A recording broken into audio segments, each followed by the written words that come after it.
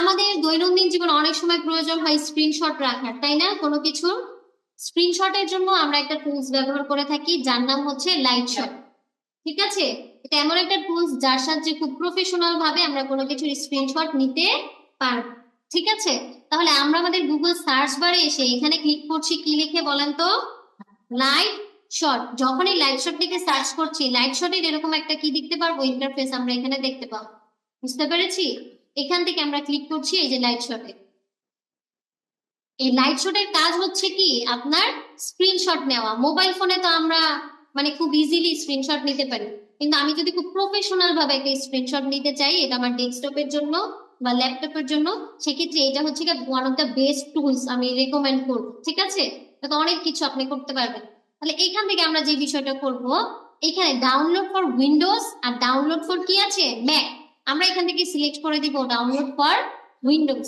যখন এটাতে ক্লিক করছি, এটা অলরেডি আমার এই যে ডাউনলোড বার, এই যে অংশটা দেখতে পাচ্ছি আমরা, এই যে অ্যারোর মতো নিচের দিকে, এটাকে বলা হয় ডাউনলোড বার। আমরা যে কোনো জায়গা থেকে কোনো কিছু যখন ডাউনলোড করি বা এক্সপোর্ট করি, তখন এটা এই ডাউনলোড অপশনে এসে কি হয়, জমা হয়। এখন এই অ্যাপটা তো ডাউনলোড হলো, ডাউনলোড হওয়ার পরে আমাদের প্রয়োজন হচ্ছে সেটাকে কি করা, ইনস্টল করে নেওয়া। ঠিক আছে, তাহলে আমরা এটাকে এখান থেকে কি করব, ইনস্টল করব। তাহলে এইটার মধ্যে আমরা এখন ক্লিক করছি। যখনই আমরা ক্লিক করব, তখন আমাদের পিসিতে একটা মার্ক আসবে বা একটা কথা আসবে যে do you want to allow this app to make change to your device.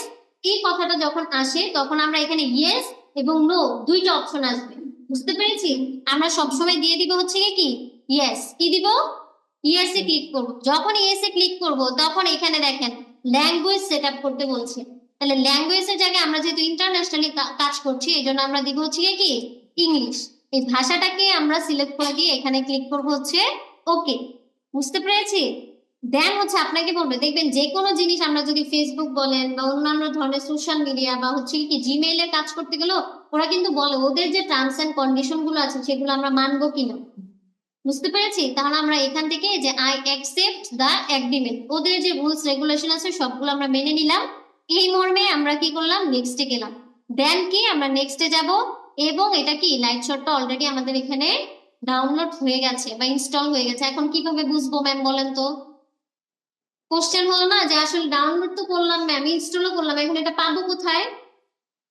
বুঝতে পেরেছি? এই যে আমরা নিচের দিকে, এই যে দেখেন এই যে নিচ আছে না, নিচের দিকে এই যে টাস্ক বার যেটা বলছি এখানে, এই টাস্ক বার এখানে একটা আইকন থাকে যেটা নাম হচ্ছে হিডেন আইকন। কি বলা হয়, হিডেন আইকন। এই হিডেন আইকনের মধ্যে অনেকগুলো থাকে, অপশন গুলো থাকে আমাদের, যেগুলো কি মানে হিড থাকে, হিডেন থাকে, মানে লুকায়িত থাকে। এখানে এই যে পাতার মতো বেগুনি কালার একটা অংশ দেখতে পাচ্ছি, এই যে অংশটা, এটার নাম হচ্ছে ল্যাপটপ। এই পাতাটাতে পার্পেল কালার যেটা দেখতে পাচ্ছি, এই অংশটুকুর নাম হচ্ছে লাইট শট। তাহলে এই লাইট শটটাতে আমরা কি করব, ক্লিক করলে আমাকে এরিয়া সিলেক্ট করতে বলবে যে কতটুকু এরিয়ার আপনি কি নেবেন, স্ক্রিনশট নেবেন। দেখেন আমি এইটুকু এরিয়া কিন্তু সিলেক্ট করেছি। এটাকে ধরে আমি ছোট বড় করে কি করতে পারবো, কমাতে অথবা বাড়াতে পারবো। এখন আপনার কোশ্চেন হলো, ম্যাডাম বারবার এই হিডেন আইকনে আসবো, আইসা আবার এটারে ক্লিক করব, দেন আবার সিলেক্ট করবো, এটা খুব হ্যাসেল মনে হচ্ছে না? একবার যদি আপনি লাইট শটটাকে ডাউনলোড করে ফেলেন, ইনস্টল করেন আপনার ল্যাপটপ বা পিসিতে, তখন আপনাদের এই যে কিবোর্ড আছে, কিবোর্ডের ফার্স্ট রোতে আপনি দেখবেন প্রিন্ট স্ক্রিন নামক একটা অপশন আছে। কিবোর্ডে কি আছে, প্রিন্ট স্ক্রিন নামক একটা অপশন আছে, সেইখানে ক্লিক করবেন। যখন আমি ক্লিক করছি দেখেন সিরিয়া সিলেক্ট এরিয়া, মানে বলছে যে এরিয়া সিলেক্ট করার জন্য। তাহলে আমার যেটা করতে হলো না, আমি ডিরেক্ট এখান থেকে একটা ক্লিক করে সিলেক্ট করে ফেলতে পারছি। আর ওইভাবে যদি না করেন, তাহলে আপনাকে হিডেন আইকনে যেতে হবে, এখান থেকে লাইট শটে কি ক্লিক করতে হবে, এরপর আপনাকে সিরিয়াল কি করতে হবে, মানে এরিয়াটা আপনাকে সিলেক্ট করতে হবে। একটু কি ক্লিয়ার? আপনার ক্ষেত্রে যেটা ভালো হয় আপনি সেইভাবে করবেন। তবে আমি বলবো শর্টকাটে করার জন্য কোথায় ক্লিক করব, প্রিন্টে দিব, আর এখান থেকে এরিয়া সিলেক্ট করে ফেলব। এটুকু ক্লিয়ার? এখন সিলেক্ট করার পরে আসেন, আমি একটু সুন্দর করে একটু কিছু ছবি টবি নেই, ফ্লাওয়ারের ছবি নেই এখান থেকে, হ্যাঁ?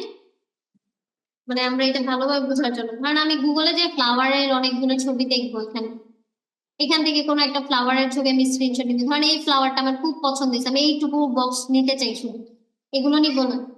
হ্যাঁ, তাহলে আমি যে প্রিন্টে দিলাম, এখন এরিয়া সিলেক্ট করি, এখান থেকে কি করলাম, এইটুকুকে সিলেক্ট করে দিলাম।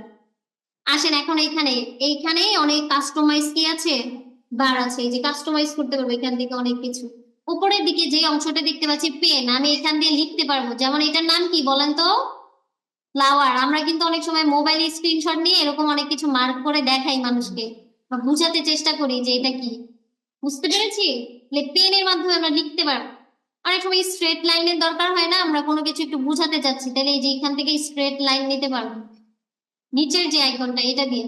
অনেক সময় হচ্ছে এটা ফ্লাওয়ার, এটাকে বোঝানোর জন্য অ্যারো দিয়ে আপনি এটাকে কি করবেন, মার্ক করবেন, এই জিনিসটা এখান থেকে পারবেন। বুঝতে পেরেছি? নিচের দিকে যদি আরো একটু নিচের দিকে যাই, যে আমার কোনো কিছুকে কি বক্স করতে মন যাচ্ছে, এই ফ্লাওয়ার টুকুকে কি করব, বক্স করব, তাহলে এই যে এটা দিয়ে করতে পারবো। ক্লিয়ার? আবার আরো নিচের দিকে যান, যদি আপনি কিছু কি করতে চান, রং করতে চান, ধরেন এই বক্সটাকে চাচ্ছেন যে আরো একটু কালারফুল করে দিতে, তাহলে এটাকে কি করতে পারবেন, বর্ডার অ্যাড করতে চাইলে বা কালারিং করতে চাইলে এটা দিয়ে কি করতে পারবো, আমরা কালার করতে পারবো। ঠিক আছে? এখন আমার এগুলো কি হলুদ কালার দেখাচ্ছে না, আমি যদি কালার চেঞ্জ করতে চাই তাহলে এখান থেকে বাই ডিফল্ট ভাবে আমরা এখানে এই যে দেখেন সুন্দর করে কালারটাকে কি করতে পারবো। এখন যে আমরা রং করতেছি, এখন এটা কি কালার আসতেছে, রেড কালার।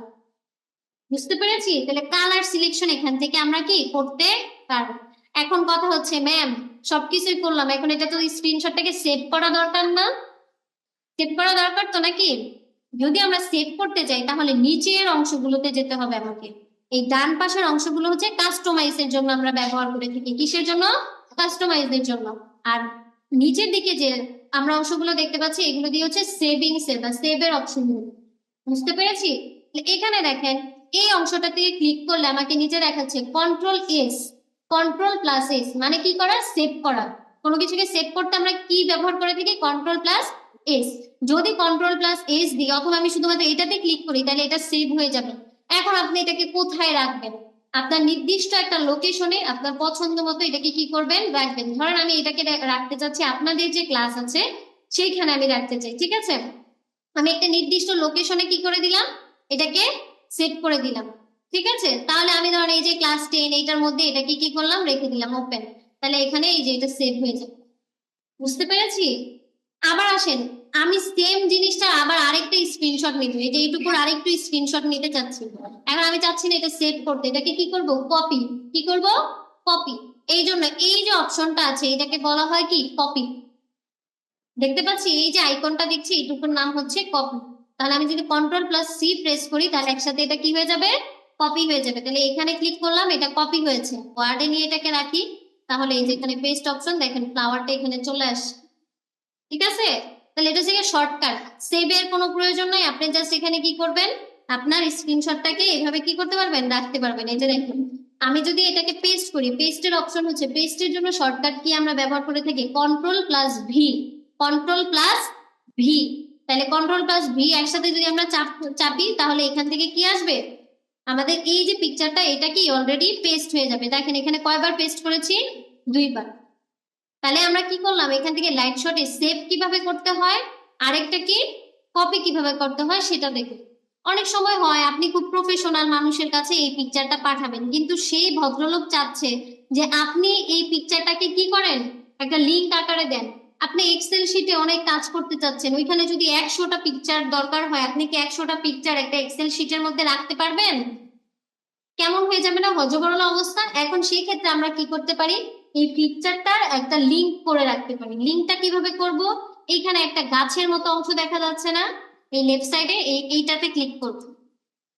ক্লিক করার পরে নিচের দিকে দেখবেন এই যে এইরকম একটা অপশন আসে আপনাদের, এখান থেকে আমরা কি করবো, যে একটা লিংক অলরেডি তৈরি হয়ে গেছে, এখান থেকে কি কপি করে নেব। এখন আপনি এটা যে কোনো জায়গায় পেস্ট করেন, এই লিংকটা যদি আমরা এখানে পেস্ট করে দিই দেখবেন যে ওই পিকচারটা এখানে দেখাচ্ছে।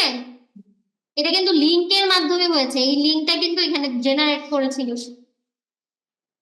তাহলে একটা টুলস কিন্তু ব্যবহার কি ব্যাপক, এটা অনেক ভাবে ব্যবহার করা যায়। আপনি হয়তো স্ক্রিনশট নর্মালি নিতে পারেন, ম্যানুয়ালি নিতে পারেন, কিন্তু এইটা হচ্ছে কি এমন একটা বেস্ট টুলস যেটার মাধ্যমে আপনি এটাকে অনেক সুন্দর করে কাস্টমাইজ করতে পারবেন। একটা লিংক করা যায়, মানে আপনি একটা লিংকে কেউ ক্লিক করবে সাথে সাথে পিকচারটা চলে আসবে, এটা খুব সুন্দর না? তাহলে আমার কি জায়গাটা খুব কম গেইন করে এটা, লিংকে ক্লিক করলে জাস্ট দেখা যাচ্ছে।